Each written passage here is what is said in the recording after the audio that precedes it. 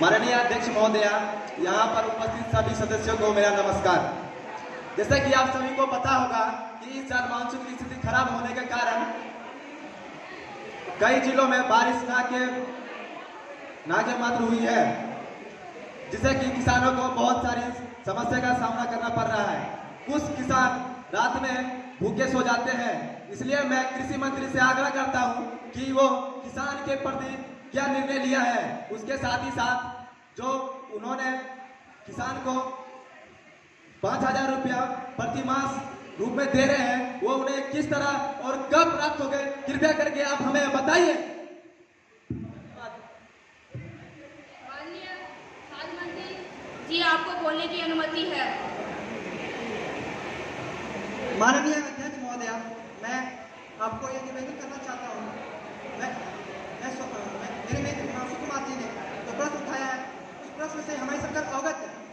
जिन जिन स्थानों में वर्षा नहीं हुई है, उन स्थानों पर केनाल के माध्यम से ज़्यादा से ज़्यादा पानी छोड़ा जाएगा।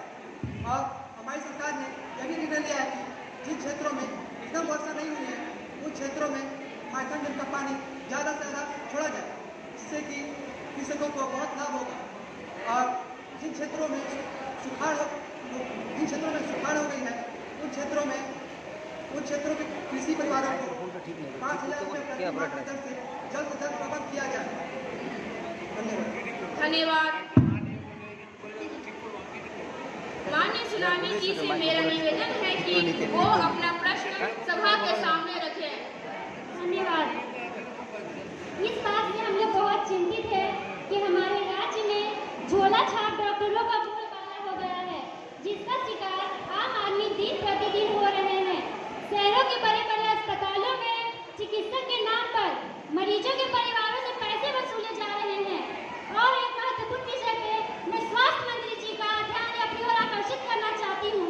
जैसा कि हम सबको पता है, हमारे राज्य सरकार द्वारा एक मेडिकल कार्ड इशू किए गए हैं, पर यह बहुत खेद का विषय है कि बहुत सारे अस्पतालों में इन कार्डों को ग्रहण नहीं किया जाता है। मैं स्वास्थ्य मंत्री जी से यह जानना चाहती हूँ कि आपने इस विषय में क्या कार्यवाही की है।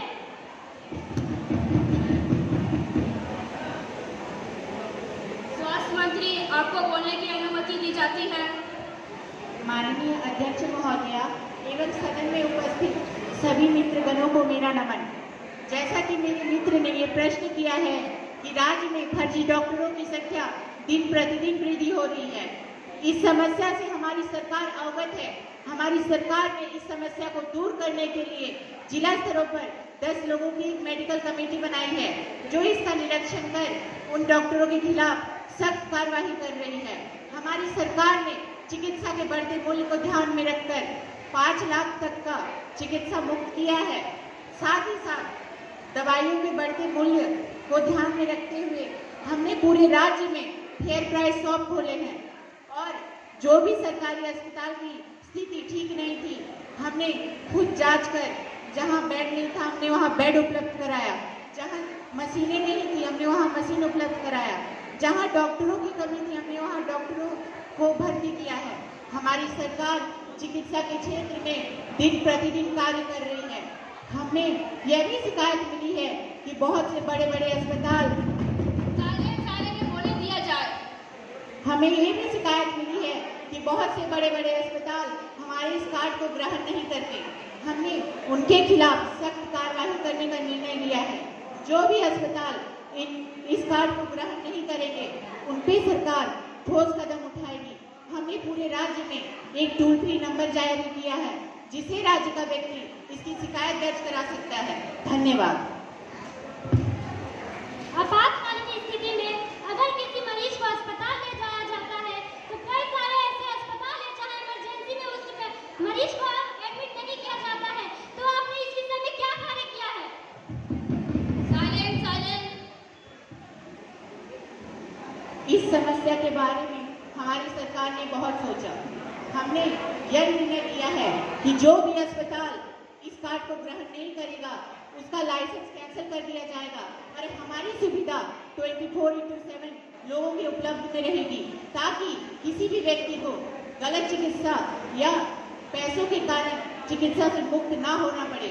हमारी सरकार का ये मोटो है कि कोई भी व्यक्ति पैसों की कमी की वजह से चिकित्सा से दूर नहीं रहना चाहिए। चिकित्सा और शिक्षा हमारा व्यक्तिगत आधार है। धन्यवाद। माननीय सोनम जी से मेरा निवेदन है कि वह अपना प्रश्न सभा के सामने रखें। माननीय अध्यक्ष महोदय के माध्यम से मैं सभी सदस्यों को नमन करना चाहती हूँ। जैसे कि हमारे भारत में नारी शिक्षा की प्रतिशत बहुत ही कम है, बाल विवाह की प्रतिशत बहुत ही ज्यादा है।